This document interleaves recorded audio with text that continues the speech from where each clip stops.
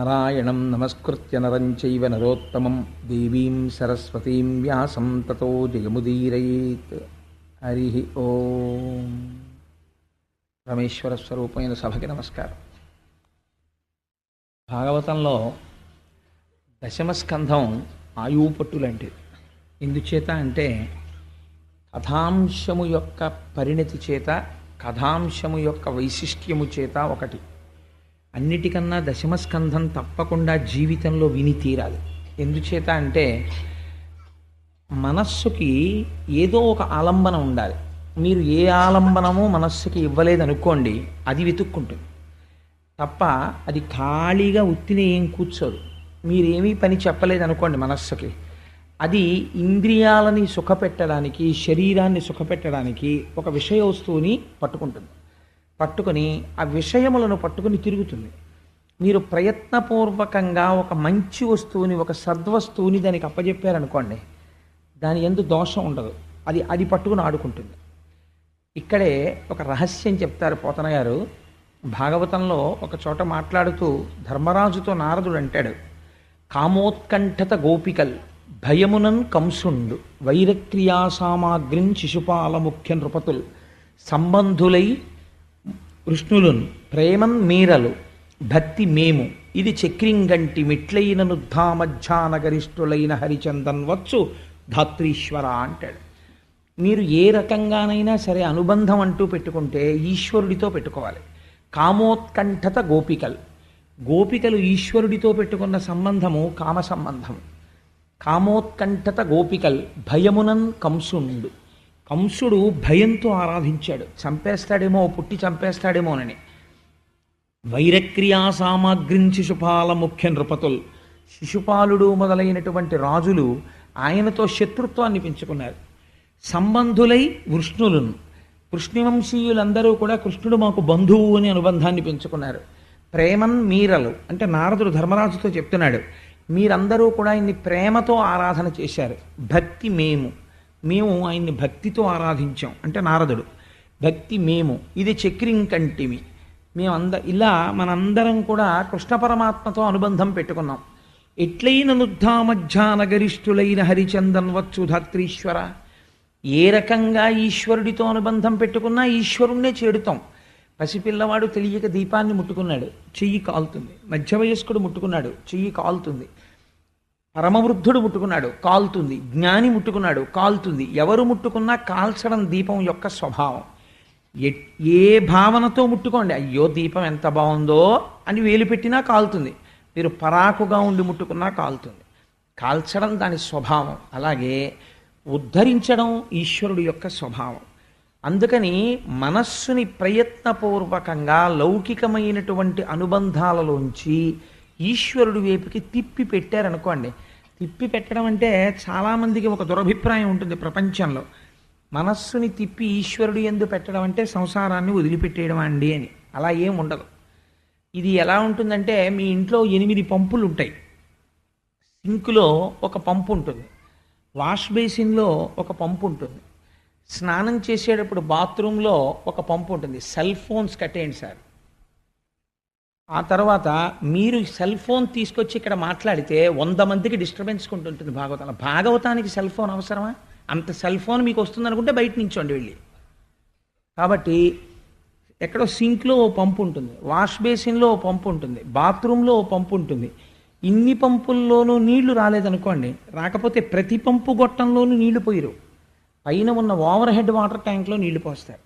Over head water ట్యాంక్లో నీళ్లు పోస్తే అన్ని పంపుల్లోకి నీళ్ళు వస్తాయి. అలాగే మీరు ఎన్ని రకాలైన అనుబంధాలతోనైనా సంసారంలో ఉండొచ్చు. శాస్త్రం ఏం చెప్తుందంటే, భార్యతో ఉంటాడు సంసారంలో, పరమప్రీతితో భార్య యందు సంతోషంగా ఉండొచ్చు. ఎన్ని మాటలు మీరు భార్యని ముద్దుగా చూసినా ఒక మాట మర్చిపోకూడదు, లక్ష్మీదేవి అనుగ్రహంతో నాకు ఇటువంటి ఇల్లాలు దొరికింది అనుకుంటూ ఉండాలి. ఈ భావన మనస్సులో పెట్టుకుని మీరు ఎంతగా సంతోషంగా కదలండి. ఇదంతా అమ్మవారి అనుగ్రహం, నాకు ఇంత చక్కటి భార్య, ఇంత ప్రేమ కలిగిన భార్య, నా వంశాన్ని పెంచిన భార్య అని మీరు మనసులో అనుకుంటూ ఇదంతా అమ్మవారి అనుగ్రహం అనుకుంటూ భార్యతో ఉండండి. ఏ దోషం ఉండదు. నా బిడ్డడికి ఓ మంచి సీట్ వచ్చింది, ఈశ్వరానుగ్రహం, ఆయన మేధస్సుని ఇచ్చాడు, చక్కగా ఆరోగ్యాన్ని ఇచ్చాడు, వాడు చక్కగా చదువుకుంటున్నాడు, వృద్ధిలోకి వస్తున్నాడు, ఇది ఈశ్వరానుగ్రహం. మీరు ఒక మంచి మధుర పదార్థం తిన్నారు, ఈ మధుర పదార్థం చాలామంది తినలేరు, కానీ తినగలిగే అదృష్టాన్ని నాకు ఈశ్వరుడు ఇచ్చాడు. ఏది చేసినా ఈశ్వరుడితో అనుసంధానం చేసుకుంటూ ఉండడం. ఈ చేసుకోవడం వస్తే ఓవర్ హెడ్ వాటర్ ట్యాంక్ నింపుకుని అన్ని పంపుల్లోంచి నీళ్లు పొందడంతో సమానం అవుతుంది అది. కాబట్టి ఇందులో ఏ ప్రేమ భావన చేత మంచిది, మిగిలినవి కూడా మంచివే, నేను కాదన్ను, అది కూడా ఈశ్వరుణ్ణి చేరుస్తాయి. కానీ ప్రతి క్షణం నరకమే. ఈశ్వరుడితో శత్రుత్వం పెట్టుకుని కూడా ఈశ్వరుణ్ణి పొందిన వాళ్ళు ఉన్నారు. హిరణ్యకశిపుడు పొందాడు. కానీ భగవంతుడితో శత్రుత్వం పెట్టుకుని బతికినటువంటి బ్రతుకు 10 మంది చేత అసహ్యింపబడుతుంది. అలా బ్రతకకూడదు. ఈశ్వరుడు యందు ప్రేమతో బ్రతికిన బ్రతుకు 10 మంది చేత ఆదరింపబడుతుంది, మంచి సద్బుద్ధినిస్తుంది, ఇహమునందు మంచి నడువడినిస్తుంది, పరమునందు ఈశ్వరుని యొక్క అనుగ్రహాన్ని కటాక్షించి ఆయన యొక్క పాదములు చేరుకునేటటువంటి అదృష్టాన్ని కటాక్షిస్తుంది. కాబట్టి సాత్వికమైనటువంటి భక్తి అన్నిటిలోకి చాలా గొప్ప భక్తి. ఈ భక్తితో ఉండడానికి, ఈశ్వరుణ్ణి పట్టుకోవడానికి మీకు ఒక ఆలంబనం కావాలి. మీరు ఏమీ వినకుండా, అసలు భగవత్ స్వరూపం గురించి ఏమీ తెలియకుండా భగవంతుణ్ణి పట్టుకో అని మీరు మనస్సును అన్నారనుకోండి, అది ఎలా పట్టుకుంటుంది? పట్టుకోదు. మీకు లోపల అది బాగా పట్టుకోవాలంటే అందరికన్నా బాగా సులభుడై రావాలి పరమాత్మ. లేకపోతే ఆయనకి ఏమి కర్మండి? ఒక పసిపిల్లవాళ్లే పుట్టి పశువుల వెంట పరిగెత్తి, ఆవుల వెంట పరిగెత్తి, దూడల వెంట పరిగెత్తి, చోరలీల చేసి ఎందుకన్ని లీలలు చేశాడు అంటే, ఈ లీలలు చేయడం వెనకాతల అంతరార్థం ఏమిటంటే, మీకు దాని లోపల ఉన్న రహస్యం అర్థం అవ్వచ్చు, అర్థం అవ్వకపోవచ్చు. కనీసం బాహ్యంలో ఆ కథ మనస్సుని పట్టుకుందనుకోండి, పట్టుకుంటే మనస్సు అస్తమానం తరచి దాని గురించి ఆలోచిస్తుంది. ఆలోచించినప్పుడు పట్టుకున్న వస్తువు దేన్ని పట్టుకుంది? కృష్ణుడిని పట్టుకుంది. రసో వై సహా అని పేరు ఆయనకి. కాబట్టి అది ఏ ఫలితాన్ని ఇస్తుంది? ఈశ్వరుడి దగ్గరికే చేరుస్తుంది. మనస్సుకి అపారమైనటువంటి తృప్తిని, ప్రశాంతతని కల్పిస్తుంది. కాబట్టి దశమస్కంధం భాగవతంలో ఆయువు పట్టు అనడానికి కారణం, భాగవతంలో దశమస్కంధంలోకి వచ్చేటప్పటికే కృష్ణ పరమాత్మ యొక్క ఆవిర్భావాన్ని, లీలల్ని విశేషమైనటువంటి వర్ణన చేశారు వ్యాస భగవానుడు. ఆంధ్రీకరించి పోతన గారు మనకు ఉపకారం చేశారు. నవమస్కంధంలో ఒక గమ్మత్తు చేశారు. నవమి నాడు రామచంద్రమూర్తి పుట్టారు. దశమస్కంధాన్ని ప్రారంభం చేసే ముందు నవమస్కంధంలో రామాయణం చెప్పారు వ్యాసుల వారు కానీ పోతన గారు కానీ. నవమస్కంధంలో ఎక్కువ భాగం యథార్థానికి రామచంద్ర ప్రభువు యొక్క సంకీర్తనమే. కానీ నేను దాన్ని అంత విపులంగా మళ్ళీ ఎందుకు స్వీకరించలేదంటే, ఇతపూర్వం మనం అందరం ఇక్కడ రామాయణం చెప్పుకుని ఉన్నాం కాబట్టి ఆ రామాయణం చెప్పుకున్నటువంటి ఫలితాన్ని, ఆ రామాయణం చెప్పుకున్నటువంటి పరిస్థితిని భాగవతాంతర్గతం చేసి తీరుతాడు రామచంద్రమూర్తి. ఆయన కృపాకటాక్షములు ఉన్నవాడు కాబట్టి మనం ఇంకొక స్కంధం వైపుకి నడవడానికి అవకాశం ఉంటుంది అని రామాయణంలో నవమస్కంధంలో ఉన్న రామాయణాన్ని పక్కన పెట్టడం జరిగింది. అంత మాత్రం చేత నేను దానిని విడిచిపెట్టినట్లు కాదు. అందుకని నేను ఒక 4 వాక్యములలో రామాయణాన్ని పూర్తి చేసేసాను అనుకోండి. పూర్తి చేసేస్తే నేను నవమస్కంధంలో రామాయణం చెప్పేసినట్టే కదా. ఇక్ష్వాకు వంశమునందు జన్మించిన దశరథ మహారాజు గారికి సంతానం లేకపోతే పుత్రకామేష్టి చేస్తే సంతానము కలగడానికి ప్రతిబంధకమైనటువంటి పాపము పరిహరింపబడి యజ్ఞపురుషుని యొక్క అనుగ్రహము చేత లభించిన పాయస పాత్రలోని పాయసాన్ని తన 3 ధర్మపత్నులైన కౌసల్య, సుమిత్ర, కైకేయిలకి పంచి ఇస్తే పుట్టినటువంటి రామలక్ష్మణ భరత శత్రుఘ్నులు నలబడేటటువంటి 4 కుమారుల యందు మహాధర్మాత్ముడైన రామచంద్రమూర్తి పితృవాక్య పరిపాలనం కోసమని తాను వివాహం చేసుకున్న సీతమ్మ తల్లితో కలిసి తండ్రిని సత్యవాక్యమునందు ప్రతిష్ఠితుడిని చేయడం కోసం 14 సంవత్సరముల అరణ్యవాసమునకు బయలుదేరి వెళ్ళి అక్కడ శూర్పణఖ యొక్క ముక్కు చెవులు కోసి, మారీచాది రాక్షసుల యొక్క పీచమణచి, విశ్వామిత్ర యాగ సంరక్షణం బాలకాండలో చేసి, అక్కసుతో రావణాసురుడు సీతమ్మ తల్లిని అపహరిస్తే ఆ తరువాత అరణ్యకాండలో ఆ కబంధ వధ జరిగిన తరువాత సుగ్రీవుని యొక్క జాడ తెలుసుకుని సుగ్రీవుడితో మైత్రి చేసి వాలిని సంహరించి హనుమ యొక్క సహాయం చేత 100 యోజనముల సముద్రమునకు ఆవల దక్షిణ దిక్కున ఉన్నటువంటి లంకా పట్టణంలో రావణాసురుని యొక్క ప్రమదావనంలో బంధింపబడిన సీతమ్మ తల్లి యొక్క జాడ హనుమ ద్వారా తెలుసుకుని సముద్రమునకు సేతువు కట్టి ఆవలి ఒడ్డుకు చేరి రావణ కుంభకర్ణాది రాక్షసులను తెగటార్చి తిరిగి సీతమ్మ తల్లిని తాను పొంది 11,000 సంవత్సరములు రామచంద్రమూర్తి రాజ్య పరిపాలన చేసి రామరాజ్యమని పేరు తెచ్చి ఎన్నో అశ్వమేధ యాగములు వాజపేయములు పౌండరీకములు మొదలైనటువంటి యాగములు చేసి మనిషి ఎలా ప్రవర్తించాలనేటటువంటి దానికి ఒక అద్భుతమైనటువంటి కొలమానమును ఏర్పాటు చేసినటువంటి విశేషమైనటువంటి అవతారము రామావతారము. ఆ అవతారమే ఆ రామచంద్రమూర్తి యొక్క అనుగ్రహమే పోతన గారి యందు ప్రసరించి భాగవతమును ఆంధ్రీకరించుటకు తోడ్పడినది. ఆ రాముడే కృష్ణ కథ చెప్పించాడు. రాముడు కృష్ణుడు అని ఇద్దరు లేరు కనుక. కాబట్టి నేను నవమస్కంధంలో రామాయణం చెప్పినట్టే కదా.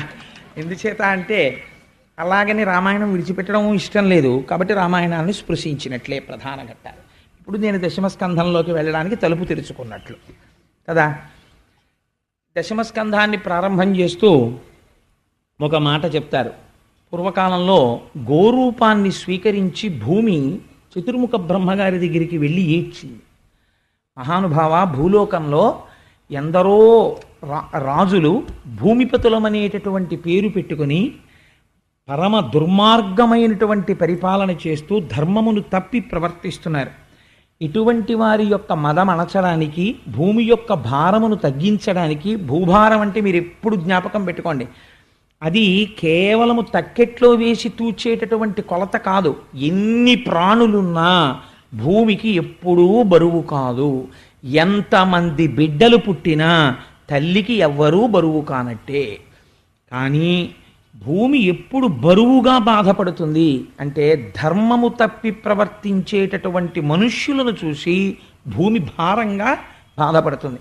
అందుకని సృష్టి చేసిన బ్రహ్మగారిని అడిగింది. వీళ్ళందరినీ సృష్టి చేసిన వాడు ఆయనే కదా. ఇంతమంది అధర్మాత్ములు ఇవాళ భూమి మీద తిరుగుతున్నారు, ఎలా నాకు భారం తగ్గడం అని అడిగింది. భారం తగ్గించడం, ఉన్నది నిలబెట్టడం స్థితికారుడైన శ్రీ మహావిష్ణువు యొక్క అనుగ్రహం.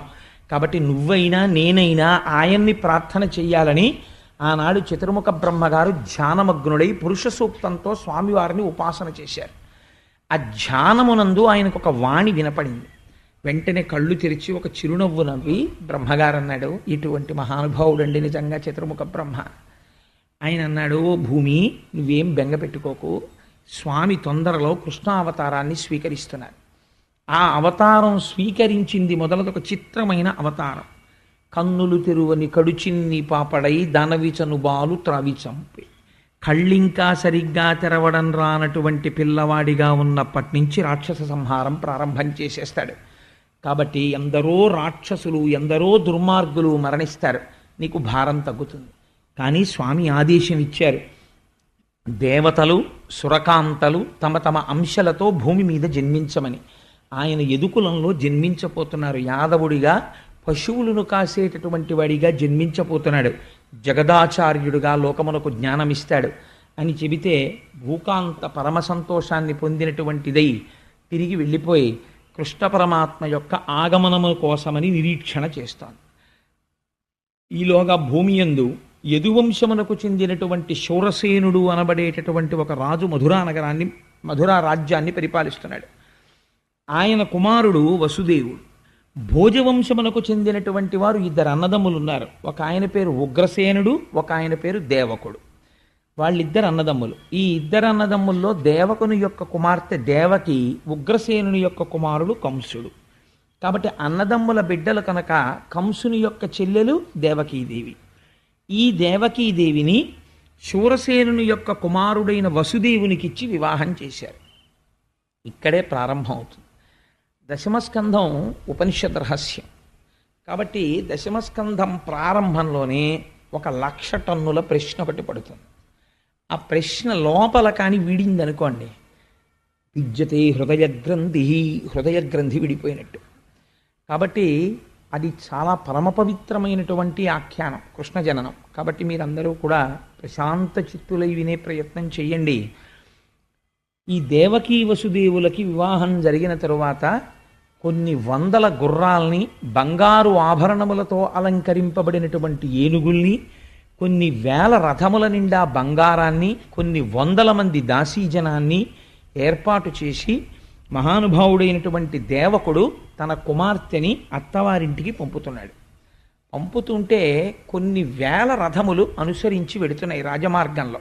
ఇంకా వెళ్ళడానికి సిద్ధంగా ఉంది రథం. ఈ సమయంలో ఆ రథాన్ని చోదనం చెయ్యడానికి ఒక సారథి ఉంటాడు.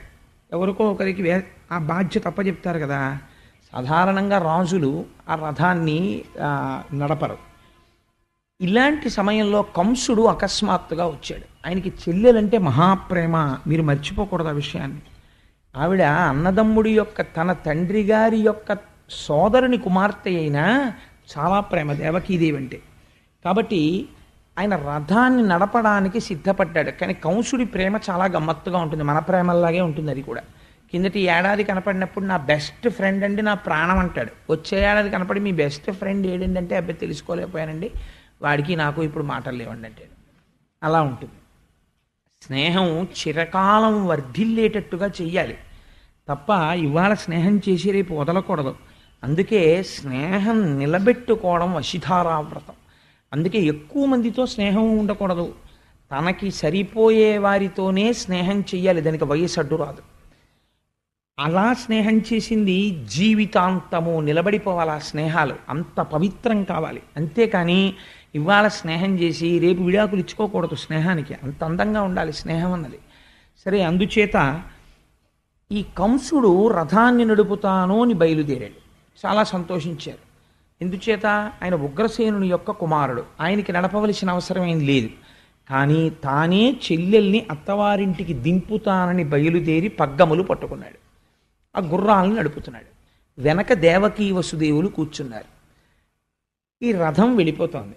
మీరు ఇప్పుడు ఒక్క విషయాన్ని కొంచెం జాగ్రత్తగా ఆలోచించండి. నేను తరచూ సభలో ఉండేవారికి వచ్చేటటువంటి సందేహాలు నేనే వేసుకుని అడుగుతూ ఉంటాను ప్రశ్నలు. ఇప్పుడు ఎవ్వరూ ఏమీ అనలేదనుకోండి, కంసుడు ఏమైనా చేస్తాడా? ఏమీ చెయ్యడు. అత్తవారింటికి దింపేస్తాడు దేవకీదేవి. పోనీ ఎవరైనా వచ్చి గూఢచారులు కానీ ఋషులు కానీ నమ్మదగిన విశ్వసనీయత కలిగినటువంటి వ్యక్తులు ఎవరైనా ఏమైనా చెప్పారా? ఎవ్వరూ పలకలేదు. అశరీరవాణి పలికినది అన్నారు. అశరీరవాణి అంటే ఇది చాలా గమ్మత్తైన మాట. శరీరము ఉంటే వాణి ఉంటుంది. వాణి ఉన్నది అంటే అది శరీరములోంచి వస్తోందని గుర్తు. అంతే కదండి. ఇప్పుడు కనీసంలో కనీసం మీకు ఎదురుగుండా నామరూపాలతో ఏదో ఉండాలి. ఓ చప్పుడు వినపడింది, తలుపు చప్పుడు అయిందంటారు. అసలు తలుపే లేదనుకోండి, చప్పుడు వస్తుందా? తలుపు చప్పుడు రాదు. ఏదో మాట వినపడింది అంటారు. అంటే ఏమిటండి దాని గుర్తు?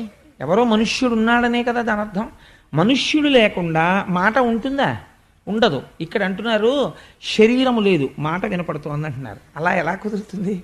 శరీరం లేకుండా మాట వినపడడం ఏంటి? అదే సామాన్యమైన మాట కాదు. పోనీ అబ్బాయి రథాన్ని తీసుకెళ్ళేటప్పుడు జాగ్రత్త అండి, రోడ్డు మీద గోతులు ఉన్నాయని చెప్పు తెలిసింది అనుకోండి, ఆ శరీరవాణి ఫోన్లో చెప్తే చెప్పింది, లేకపోతే లేదు. ఏడు దాని గురించి పెద్ద విశేషం ఏందని వదిలేయచ్చు. అదేం సామాన్యమైన మాట చెప్పలేదు.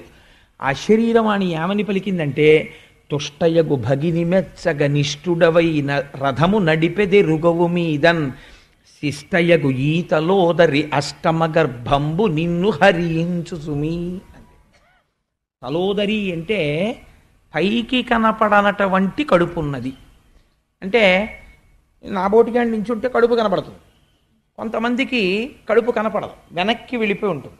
అలా వెనక్కి వెళ్ళిపోయి అసలు కడుపు ఉందా లేదా అని అనుమానం ఉన్నట్టుగా ఉన్నటువంటి వాళ్ళని తలోదరి అంటారు. అదో అందం. అలాంటి దానికి పోతన గారి విశేషణం చూడండి ఎంత అందంగా ఉంటుందో. అనువాదం అస్సలు కడుపు లేనట్టుగా శుష్కించిపోయిన కడుపులా కనపడుతోంది. ఈ కడుపులో 8 పుట్టబోతున్నారు. ఈ 8వ వాడు కంసుణ్ణి చంపబోతున్నాడు. ఎటువంటి కడుపు? ఆ కడుపు కానీ అసలు పైకే కనపట్టలేదు, అది తలోదరి. అందుకని తుష్టయ్య గుభగిని మెచ్చగా ఆవిడికే చక్కగా ఆవిడ కోరుకున్న వసుదేవుణ్ణి వివాహం చేసుకుని రథం ఎక్కి వెళ్ళిపోతోంది. ఆవిడ మెచ్చుకోవాలని చెల్లెలి సంతోషం కోసం పిచ్చివాడా రథం నడుపుతున్నావు. కానీ శిష్టయ్యగు ఈతలోదరి అష్టమ గర్భంబు నిన్ను హరించు జుమి, నిన్ను చంపేస్తుందిరా 8వ గర్భం అంది. ఇప్పటి వరకు కంసుడు పరమప్రేమతో ఉన్నాడు. ఈ మాట వినపడింది ఆకాశంలోంచి. వినపడగానే రథాన్ని ఆపాడు, కిందకి దిగాడు. అంతే, కళ్ళు ఎర్రబడిపోయి గుడ్లు తిరుగుడు పడ్డాయి. అపారమైన కోపం వచ్చేసింది. కందగడ్డ అయిపోయింది మొహం, బుగ్గలు కదిలిపోతున్నాయి, దవడలు ఊగిపోతున్నాయి, పెదవులు కదిలిపోతున్నాయి. తన ఎడమ చేత్తో చెల్లెలి యొక్క కొప్పు పట్టుకుని రథంలోంచి కిందకి లాగేశాడు. లాగేసి కరవాలాన్ని కవచంలోంచి పైకి తీసి కత్తిని డాల్లోంచి ఒక్కసారి ఆవిడ్ని నరికేయడానికని సిద్ధపడుతున్నాడు. ఆ సిద్ధపడుతున్నటువంటి సందర్భంలో ఇప్పుడు ఆలోచించుకోవడానికి సమయం లేదు, ఏం మాట్లాడాలి. వసుదేవుడు మాట్లాడాలి. ఇది చాలా గమ్మత్తైనటువంటి సన్నివేశం. ఇలా ఉంటుంది అని కూడా ఎవరు ఊహించరు. రథం నడుపుతున్నవాడు బావమరిది తన చెల్లెల్నే చంపేస్తాడు లాగేశని కానీ అశరీరవాణి పలుకుతుందని కానీ వసుదేవుడు కలకంటాడండి. కాబట్టి ఇప్పుడు ఏం మాట్లాడాలి అంటే, ఇలాంటప్పుడు కూడా ఏమీ కంగారు పడకుండా, ధర్మం తప్పకుండా, చాలా పెద్ద మనిషిగా తానప్పుడు మాట్లాడినటువంటి మాట తాను తప్పలేనటువంటి మాట అయ్యేటట్టుగా మాట్లాడగలగడం అంటే దానికి ఈశ్వరానుగ్రహం ఉండాలి. లేనివాడు మాట్లాడలేడు. అలాగే ఇలాంటి ప్రమాద స్థితిలో ఆయన ఎంత గొప్పగా మాట్లాడాడో చూడండి. అన్నవు నీవు చెల్లెలికి అక్కట మనన చేయుటో, మాడలు చీరలిచ్చుటో సారలిచ్చుటో, మధుర మంజుల భాషలను ఆదరించుటో చేయక, మిన్నుల మోతలే నిజము మేలని చంపకుమన్న, మాని రావన్న సహింపుమన్న, తగదన్న వేడెదన్ అన్నాడు. ముందు కంసుని యొక్క అనుగ్రహం కోసమని బతిమాలాడు. అన్నవు నీవు చెల్లెలికి మొట్టమొదటి మాట వేశాడు.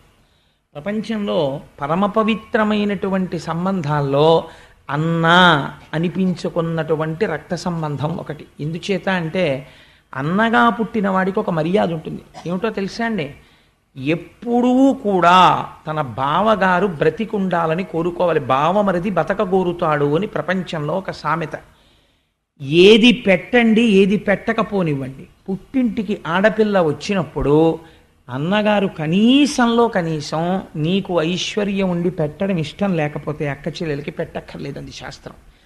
ఏమి చెయ్యాలి అంటే కనీసం ఆ ఉన్న పావుగంట నువ్వు మధురమైన మాటలు మాట్లాడాలి. అందుకే అక్క చెల్లెలు వరసతో ఎవరైనా అన్నగా ప్రేమించారనుకోండి, ఆ అక్క చెల్లెలి యొక్క అభ్యున్నతినే కోరాలి.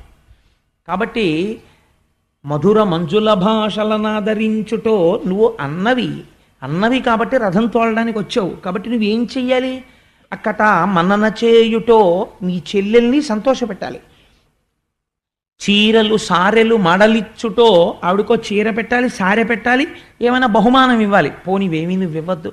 మధుర మంజుల భాషలనాదరించుటో, చక్కటి మాటలు 4 మాట్లాడాలి. అమ్మా చెల్లెమ్మ చెల్లెలికి ఉన్న చాలా గొప్ప విశేషం ఏమిటో తెలుసా అండి. మరి అది ఆ కోమలత్వం స్త్రీకి ఈశ్వరుడు సహజంగా ఇచ్చాడేమో నాకు తెలీదు. ఒకటి, అమ్మా అన్న మాటకి పరవశం అయిపోతారు వాళ్ళు. 2, చెల్లెమ్మ అనండి, వాళ్ళు ఎంత భద్రత ఫీల్ అయిపోతారు. మీకు ఏ పరిచయం అక్కర్లేదు. రైల్లో ఎవరో కనపడ్డారనుకోండి, చెల్లెమ్మ ఒకసారి ఆ పుస్తకం చూడొచ్చా అన్నారనుకోండి, ఆవిడ చేతిలో ఉన్న పుస్తకం మీకు తోచక, అంతే వాళ్ళు ఎంత భద్రతగా సంతోషిస్తారో. పర్వాలేదు, మనకు హైదరాబాద్ వెళ్ళే వరకు అన్నయ్య దొరికాడు అనుకుంటారు. మరి ఏమిటో తెలీదు, వాళ్ళ మనస్సుల్లో అంత కోమలత్వం ఉంటుంది. దీన్ని జ్ఞాపకం చేస్తున్నాడు వసుదేవుడు.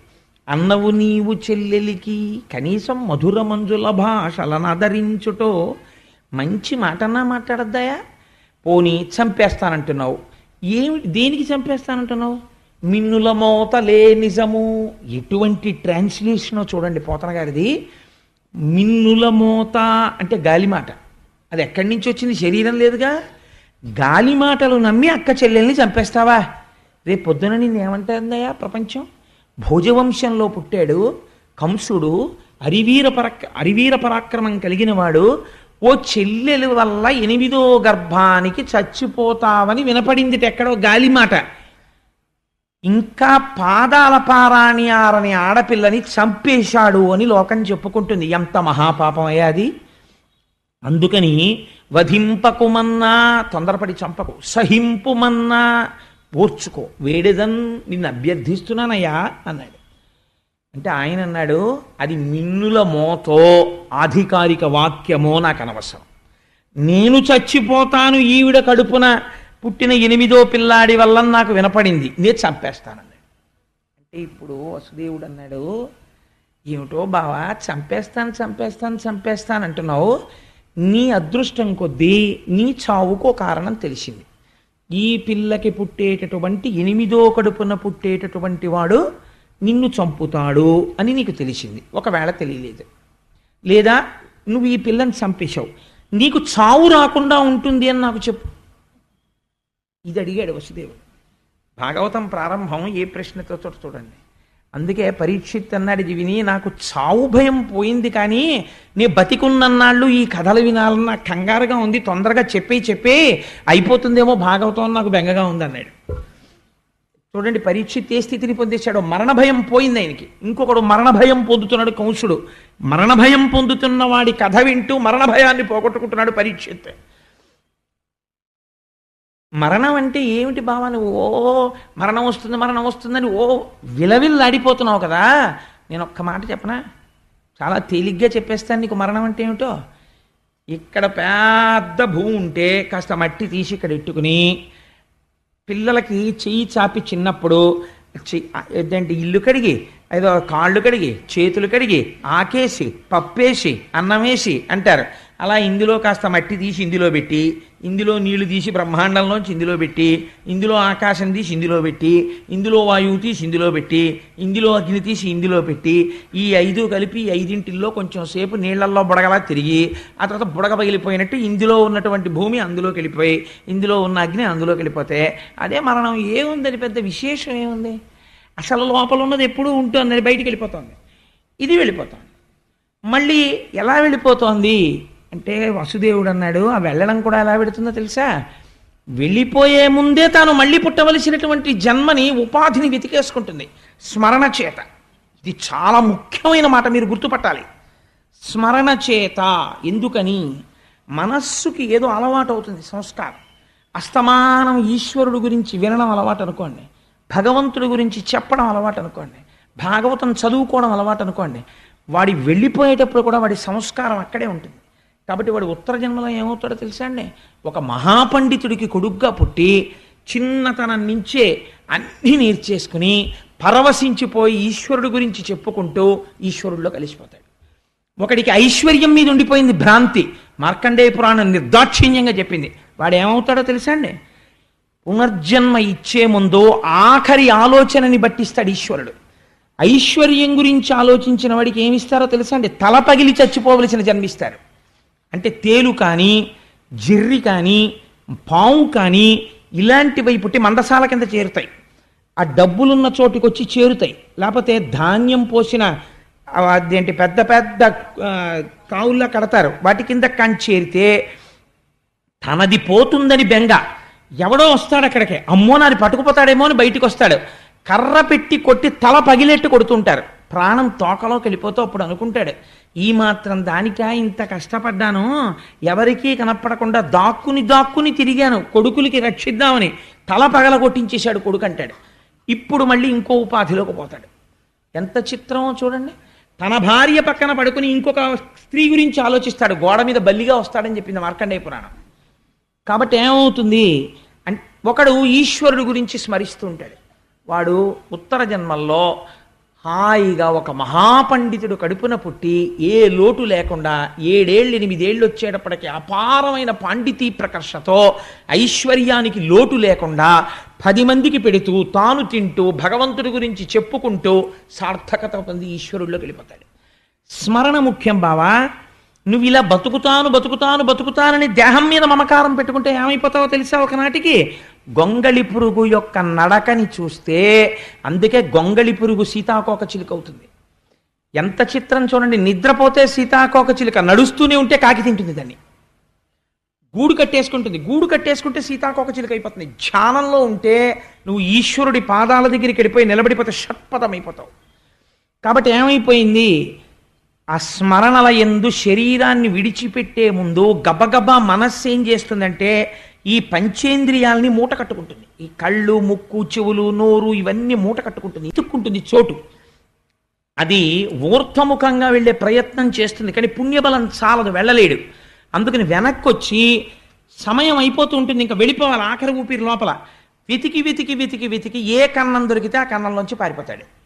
అధోముఖంగా వెళ్ళిపోతాడు ఒక్కొక్కసారి కళ్ళల్లోంచి వెళ్ళిపోతాడు, ఒకసారి ముక్కులోంచి వెళ్ళిపోతాడు, ఎటు వెళ్ళిపోయాడో తెలియదు, ఎవ్వడికి తెలియదు, పక్కన ఉన్నవాడికి కూడా. ఒక్కొక్కసారి రోమకూపాల్లోంచి వెళ్ళిపోతాడు. వెళ్ళిపోయి మళ్ళీ ఎక్కడికెడతాడు? ఏమీ కంగారు పడక బావా, నేను చెప్తున్నాను. గొంగళి పురుగు పాకే ముందు తన శరీరాన్నంతటినీ కదపదు. శరీరంలో ముందు భాగాన్ని ఇలా పైకెత్తి, మీరు భాగవతం బాగా అర్థం అవ్వాలంటే గొంగళి పురుగుని చూడాలి. అసలు గొంగళి పురుగు ఇలా పైకెత్తి ములగ చెట్ల దగ్గర నిలబడి నేను అప్పుడప్పుడు చూస్తూ ఉంటాను. ఇలా పైకెత్తి ఆకు మీద ఇలా పెడుతుంది. ఎన్ని కాళ్ళు ఉంటాయో పెట్టి ఈ వెనకాతల ఆకు మీద ఉన్న శరీరాన్ని ఇలా ముద్ద కింద లాగుతుంది. లాగితే ఈ ఆకు కొద్దిగా వంగి ఇలా వేళ్లాడుతుంది. మళ్ళీ దాన్ని పట్టుకుని ఇలా ఇలా ఇలా ఎక్కి ఆ ఆకు మించి వెళ్ళిపోతుంది. అలా ఇక్కడ వదులుతూనే ఇంకో దేహంలోకి వెడతాడు బావా. ఈ మాత్రం దానికి ఎంతమందిని చంపేస్తావు? చంపేస్తే ఉండిపోతుంది ఆ శరీరం? ఉండదు, వెళ్ళి తీరుతావు ఇంకో శరీరంలోకి. కానీ చెల్లెల్ని చంపిన పాపానికి అధోగతికి వెళ్ళిపోతావు. ఎందుకు మావ ఈ పని చేస్తావు అంటే కంసుడు అన్నాడు. అంటే ఎంత గొప్ప వేదాంతం అప్పుడు చెప్తే మనసు మారే అవకాశం ఉంటుందో అది చెప్పాడు. 7 రోజులు వినేది పరీక్షిత్తుకి చెప్పారు, 7 క్షణాల్లో వినేది వసుదేవుడు కంసుడికి చెప్పాడు. కానీ వాడి మనస్సు మారలేదు. రామకృష్ణ పరమహంస ఇదే అంటారు. మేకు కొట్టడానికి మీరు మేకు సుత్తి పట్టుకుని గోడ మీద పెడతారు, కొడతారు. గోడ తనంత తానుగా కొంచెం గుల్లగా ఉందనుకోండి, మేకు పెడుతుంది. గోడ ఘనీభవించిపోయి భీమైపోయింది అనుకోండి, ఎంత సుత్తి పెట్టి కొట్టినా మేకు ఉంగుతుంది కానీ గోడలోకి వెళ్ళదు. అసలు ఇక్కడ ఆర్ద్రత ఉంటే చెప్పినది లోపలికి వెడుతుంది. ఇక్కడ ఏ ఆర్ద్రత లేనప్పుడు శుకబ్రహ్మ వచ్చి కూర్చున్న భాగవతం బుర్రలోకి ఎక్కదు. కాబట్టి చెప్పాడు వసుదేవుడు వేదాంతం. ఎక్కిందా కంసుడికి? శుకుడు వచ్చి పరీక్షిత్తుకి చెప్పాడు జరిగిపోయిన కథ. ఎక్కింది పరీక్షిత్తుకి, మోక్షం పొందుతున్నాడు. పొందలేకపోయాడు కంసుడు. ఎక్కడొచ్చింది తేడా? ఇక్కడ ఆర్ద్రత లేదు. భాగవతాన్ని నువ్వు కూడా ఆ పరిశీలన చేసుకోవడం మొదలుపెట్టావు. అందుకే దశమస్కంధం మొదటి మెట్టినంటే మారుతుంది భాగవతం యొక్క స్థితి కృష్ణజననానికి ముందు. అందుకని బావా విడిచిపెట్టేసేయి నీ చెల్లెల్ని అంటే ఆయన అన్నాడు, నేను అలా విడిచిపెట్టాను. నువ్వు చాలా తేలికగా మాట్లాడుతున్నావు. ఈ శరీరం అంటే నువ్వు కాదు, దీన్ని విడిచిపెట్టేయి, మరణం అంటే ఏముంది అంటున్నావు. కానీ నేను మరణమును అంగీకరించను, నేను ఈ అమ్మాయిని చంపేస్తానన్నాడు. అంటే ఇప్పుడు వసుదేవుడు ఆలోచించాడు. కాబట్టి ఇప్పుడు ఏమర్థం అవుతోంది? ఉన్నది ఉన్నట్టు వేదాంతం చెప్తే వీడి తలకెక్కదు. కాబట్టి ఇప్పుడు ఏం చెయ్యాలి? తను ఒక ధర్మం నిర్వర్తించాలి. ఏమిటా ధర్మం? తన భార్యని రక్షించుకోవాలి. జ్ఞానబోధ చేస్తే వాడి బుర్రకెక్కదు. కాబట్టి ఇప్పుడు ఎలాగైనా తన భార్యని రక్షించుకోవాలి అని అసత్యం చెప్పకూడదు, సత్యమే చెప్పాలి. కానీ అది వాడి మనస్సుకు నచ్చేదై ఉండాలి. వాడి మనస్సుకు నచ్చేదే కదా అని చెప్పి ఏ మాట పడితే ఆ మాట తాను అన్నాడు అనుకోండి, తర్వాత తప్పుకోవడానికి తను కంసుడు కాదు, తను వసుదేవుడు. అన్న మాటకి నిలబడాలి. కాబట్టి ఎలాంటి మాట మాట్లాడాలి ఇప్పుడు అని లోపల ఒకసారి తర్కించుకున్నాడు. ఆపన్నురాలైన అంగన రక్షించి ప్రాణములు నిలుపుట ముందు మేలు.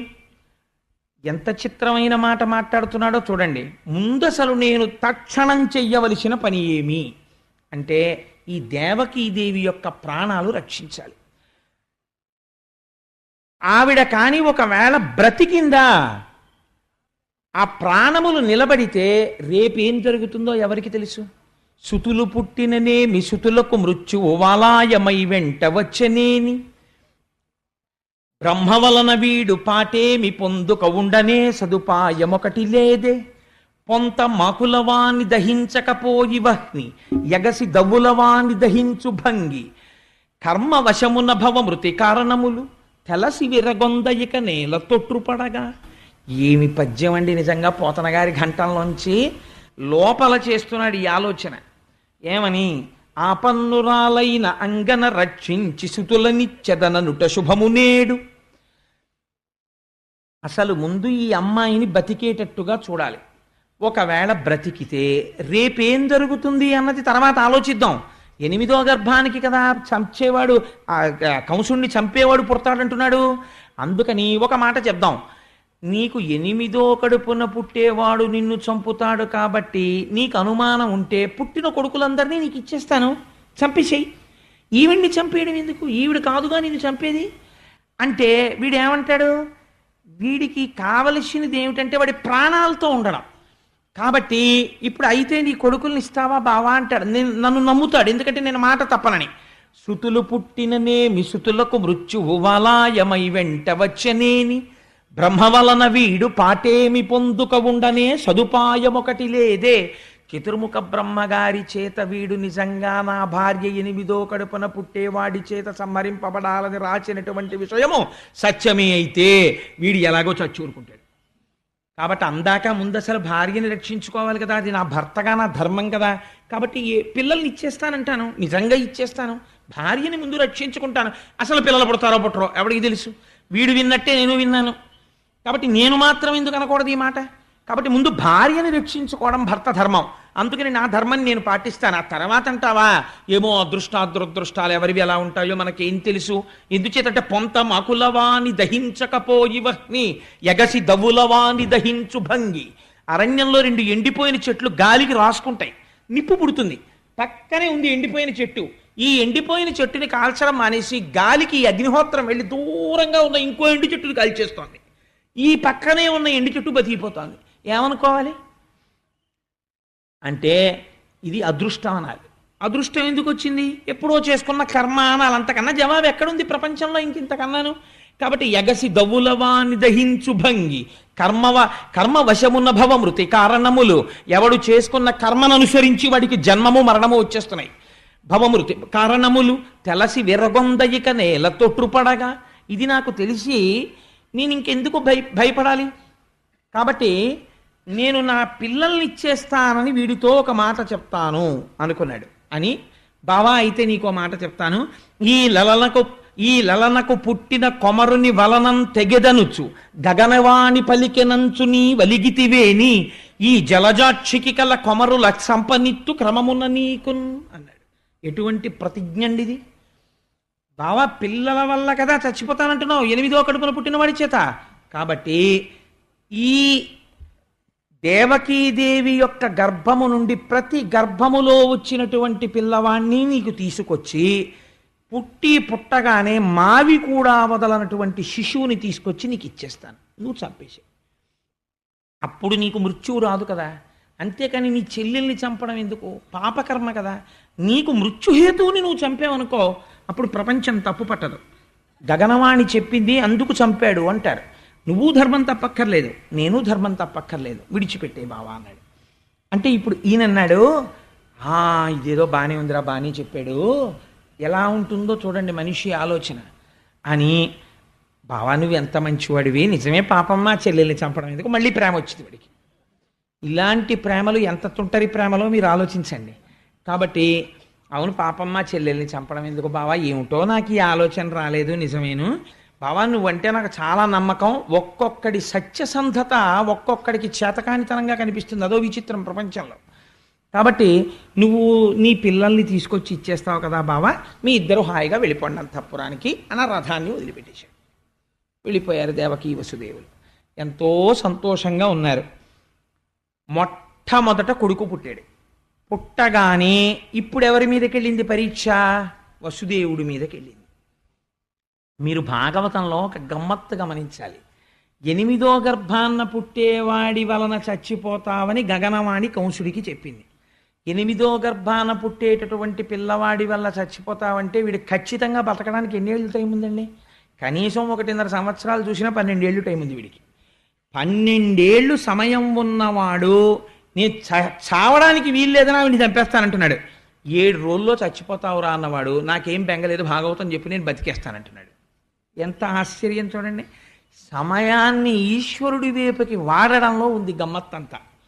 కాబట్టి పిల్లవాడు పుట్టగానే వసుదేవుడికి జ్ఞాపకం వచ్చింది, ఇచ్చిన మాట. పిల్లడు పుట్టగానే తీసుకొచ్చి ఇచ్చేస్తాను అని ప్రతిజ్ఞ చేశాను అనుకుని గబగబా పిల్లాన్ని చేత్తో పట్టుకుని పలికిన పలుకుల తిరుగక బొలయక వంచనము లేక సుతుల రిపునకు అలగక ఇచ్చిన ధీరుండిల వసుదేవుండు తక్క ఇతరులు కలరే.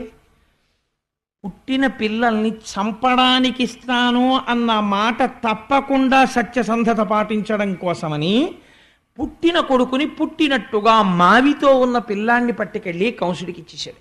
బావా చంపేశాయి అంటే కంసుడు చూశాడు. చూసి అన్నాడు, ఎంత చిత్రంగా ఉంటాయో చూడండి మనఃప్రవృత్తులు. ఆ పిల్లవాడిని చూసి వాడికి ధైర్యం వచ్చింది.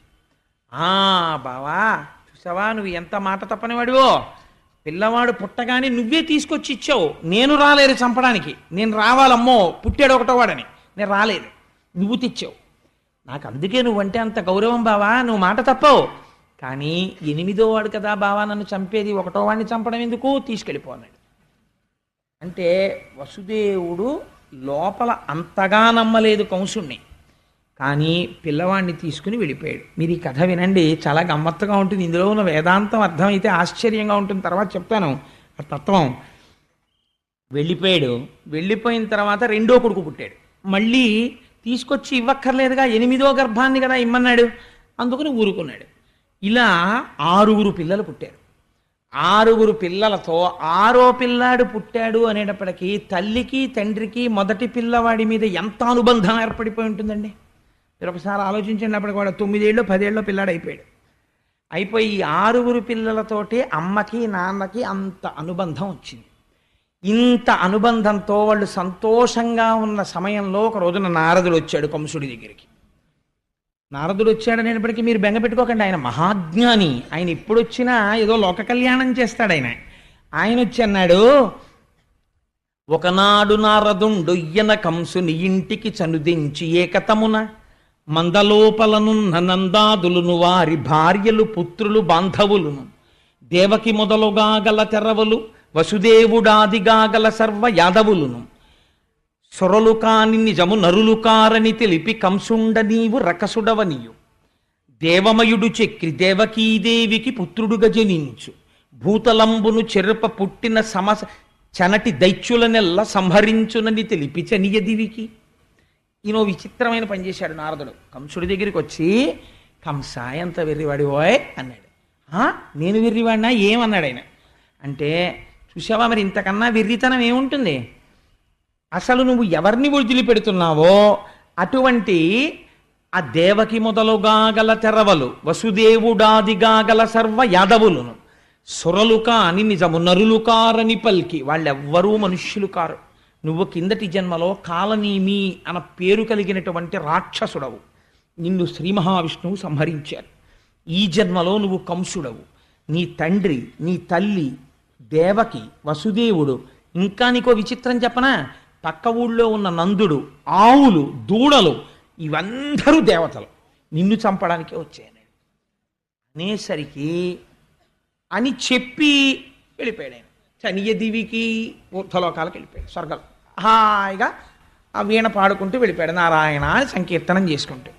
ఇప్పుడు ఈయనకి అనుమానం వచ్చింది, నారదుడు అనవసరంగా అబద్ధాలు చెప్పడగా, కాబట్టి కబురు చేశాడు, వసుదేవుడిని 6 పిల్లల్ని పట్టుకుని రమ్మన్నానని చెప్పన్నాడు అని.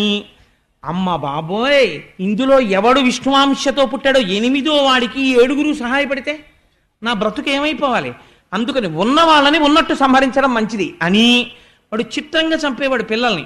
2 కాళ్ళు పట్టుకుని గిర్ర గిర్ర గిర్ర గిర్ర తిప్పి బండలకేసి కొట్టేవాడు. కొడితే పగిలిపోయేవి శరీరాలకి ఎక్కడికక్కడ. అలా 6 చంపేశాడు. చంపేసి తండ్రిని, తల్లిని, దేవకిని, వసుదేవుణ్ణి అందరినీ కారాగారంలో పెట్టేశాడు. పెట్టేసి ఇప్పుడు బకుడు, తృణావర్తుడు, పూతన ఇలాంటి వాళ్ళందరినీ పిలిచి వాళ్ళతో స్నేహం చేశాడు. వాళ్ళందరితో స్నేహం చేసి 8వ గర్భంలో పుట్టేవాడు ఖచ్చితంగా నన్ను అంతం చేయడానికే పుడుతున్నాడు అని ఆశ్చర్యంతో చాలా ఉద్వేగంతో ఎదురు చూస్తున్నాడు. ఎందుకని, ఇంకిప్పుడు బయటెక్కడో ఉండడానికి వీల్లేదు, తన కారాగారంలోనే ఉండాలి. అందులో తర్వాత వస్తున్న గర్భం 7వ గర్భం, 8వ గర్భానికి ముందు గర్భం కాబట్టి జాగ్రత్త పడిపోవాలని దేవకీ వసుదేవుల్ని అత్యంత కట్టుదిట్టమైన కారాగారంలో పెట్టాడు. రోజు తానే వెళ్ళి స్వయంగా చూస్తూ ఉండేవాడు. అంటే పోతన గారు అంటారు, తల్లి తండ్రినైనా, తమ్ములన్నలనైనా, సఖులనైనా, బంధుజనులనైనా రాజులు చంపుదురు రాజ్యకాంక్ష చేసి అవనితరుచు జీవితార్థులగుచు. రాజ్యకాంక్ష అన్నది ఎంత ప్రమాదకరమైందంటే, రాజ్యకాంక్ష పెరిగిపోయినటువంటి వాడు తల్లి తండ్రినైనా, తమ్ములన్నలనైనా, సఖులనైనా, బంధుజనులనైనా ఎవరినైనా చంపేస్తాడు.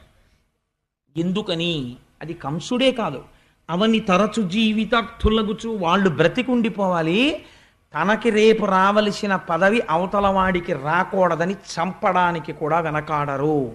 రాజ్యాధికారమునందుండేటటువంటి మదోన్మత్తత అటువంటిది. కాబట్టి కంసుడు కూడా చంపాడు పిల్లల్ని. అయితే మిగిలినటువంటి మాట ఎలా ఉన్నా మీకు ఇక్కడ ఒక అనుమానం తప్పకుండా రావాలి. రజాతీర్థస గోవింద కాంచనాంబరధర గోవింద కరుణాసాగర గోవింద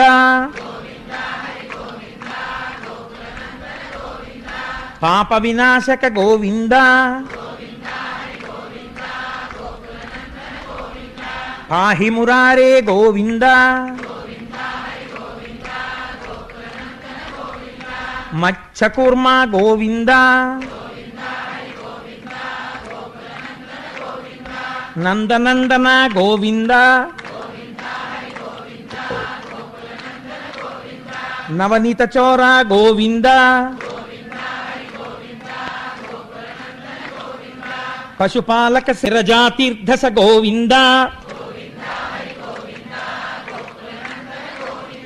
కాంచనాంబరధర గోవింద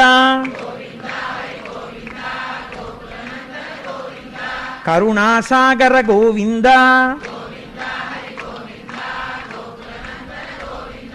పాప వినాశక గోవింద పాహి మురారే గోవింద మత్స్యకూర్మ గోవింద నందనందన గోవింద నవనీత చోర గోవింద పశుపాలక శ్రీ గోవింద గోపీజనలొల గోవింద గోవర్ధనోద్ధార గోవింద అనాథరక్షక గోవింద ఆపద్బాంధవ గోవింద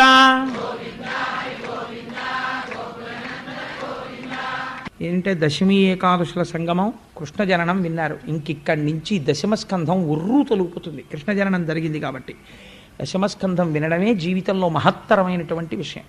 శివ శివ కరుణాబ్ధే శ్రీ మహాదేవ శంభో సర్వం శ్రీ ఉమామహేశ్వర పరబ్రహ్మార్పణమస్తు. స్వస్తి.